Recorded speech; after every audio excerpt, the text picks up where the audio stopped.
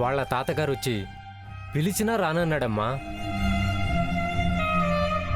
ఒక్కసారి మాట్లాడొచ్చు కదమ్మా, అతను వెళ్తాడు. నేను కలవలేను. ఆయన మొహంలోని బాధని చూసి నేను తట్టుకోలేను. అతనేమో కలవందే వెళ్ళనని భీష్మించు కూర్చున్నాడు, నువ్వేమో కలవనని నువ్వు భీష్మించు కూర్చున్నావు.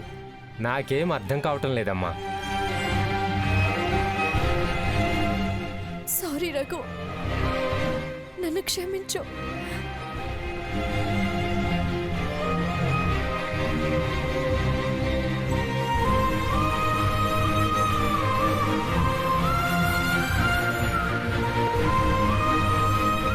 సీత, మంగమ్మ గారంటే ఎవరు? మా అమ్మమ్మ గారు. ఆమెకేదో ప్రమాదం జరిగిందంట. మీ సిస్టర్ లైన్లో ఉంది, వచ్చి ఫోన్ మాట్లాడు.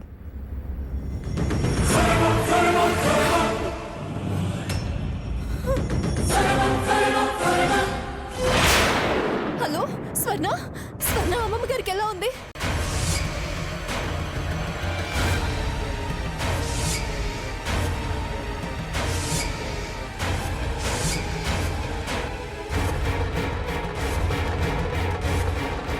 స్వర్ణ, అమ్మమ్మ గారికి ఏం జరగలేదు.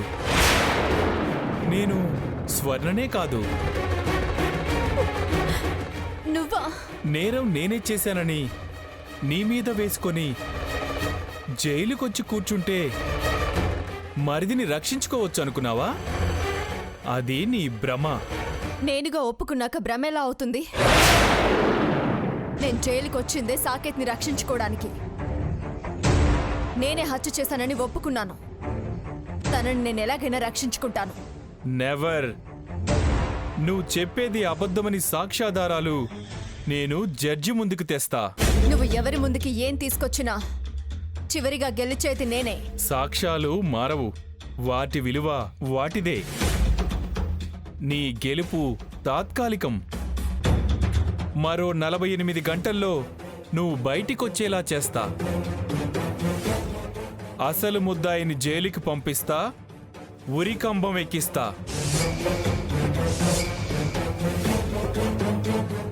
ఎందుకు సాకేత్ మీద ఇంత కక్ష కట్టావు? శిక్ష పడ్డాక వివరాలు చెప్తాలే. అవును, అమ్మమ్మ గారికి ప్రమాదం అనగానే పరిగెత్తుకొచ్చేసావు కదా.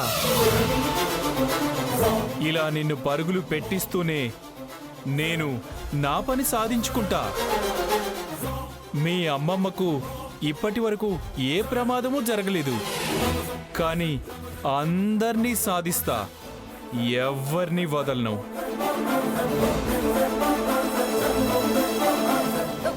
హలో హలో,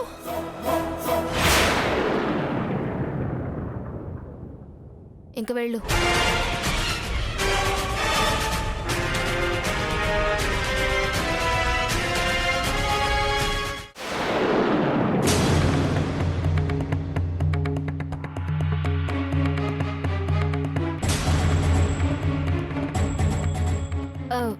నమస్కారం అండి. ఎవరమ్మా నువ్వు? నేను పెద్దమ్మ గారి పని మనిషినండి. పెద్దమ్మ గారి పని మనిషివా? ఎవరమ్మా పెద్దమ్మ? పిఠాపురం మంగమ్మ గారండి.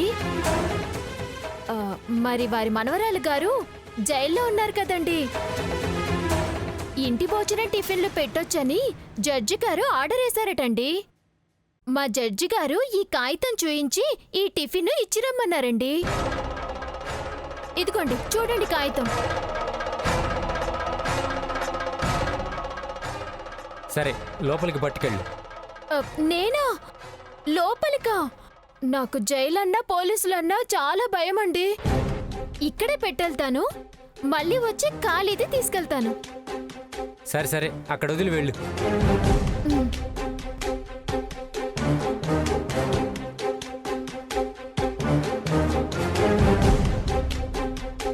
ఏంటి శైలజ, ఎవరికి క్యారేజ్ మోసుకొస్తున్నావు? ఇది సీత కోసం వాళ్ళ పని మనిషి తెచ్చిచ్చి వెళ్ళింది. లోపలికి రమ్మంటే భయం అని చెప్పిందంట, అందుకే నేను తీసుకొచ్చాను. సరే, తీసుకెళ్ళి ఇవ్వు.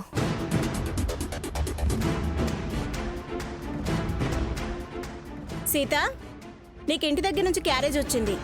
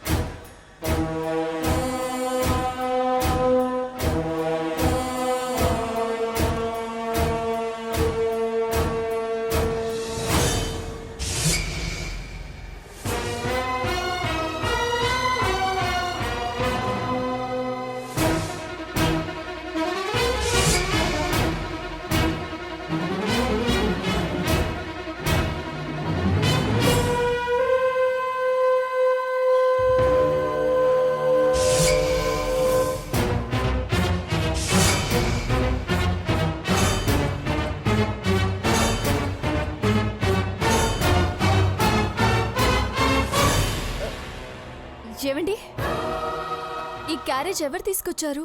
మీ పని మనిషి అమ్మా. లోపలికి రావడానికి భయపడింది. సెక్యూరిటీకి ఇస్తే నేను తీసుకొచ్చాను. ఇది మా పని మనిషి తీసుకొచ్చిన క్యారేజ్ కాదు. ఖచ్చితంగా ఆ ఫోన్ చేసేవాడి పని అయి ఉంటుంది. నా పని నేను చేస్తానన్నాడు. ఏం చేస్తాడు? ఎలా చేస్తాడు? వాడేం చేసినా నేను మాత్రం గట్టిగా ఈ హత్య నేనే చేశాననే మాటపై నిలబడాలి.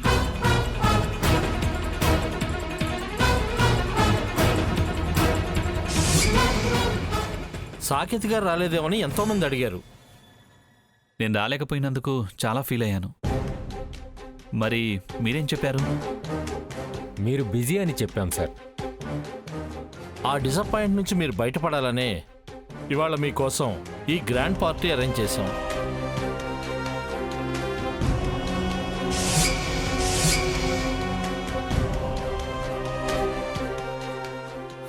నో వద్దు. సార్, ఇలాంటప్పుడే తాగాలి. అప్పుడే రిలాక్స్ అయ్యి ఫీలింగ్స్ మర్చిపోగలుగుతాం. అలవాటు లేని వాళ్ళేం కాదు కదా, అప్పుడప్పుడు తీసుకుంటారు కదా. మీకోసం అరేంజ్ చేశాం సార్. మీరు నో అంటే మీతో పాటు మేం కూడా ఫీల్ అవ్వాల్సి వస్తుంది. Habit sir. అది కాదండి, ఇంట్లో పరిస్థితులు బాగాలేవు. అందుకని దీనికి ఎక్స్ప్లెనేషన్ ఎందుకు సార్? తీసుకోండి సార్, అన్నీ మర్చిపోవాలి సార్. కమాన్, హ్యాబిట్ సార్. Habit sir. తాగండి సార్. వద్దండి, Have మీరు it. కానివ్వండి. Habit sir, please sir. Please habit sir. తీసుకోండి సార్. అయ్యో ప్లీజ్. సరే, మీ సాటిస్ఫాక్షన్ కోసం సాఫ్ట్ డ్రింక్ ఏమైనా తీసుకుంటానండి. Thank you sir. బేరర్, ఒక సాఫ్ట్ డ్రింక్.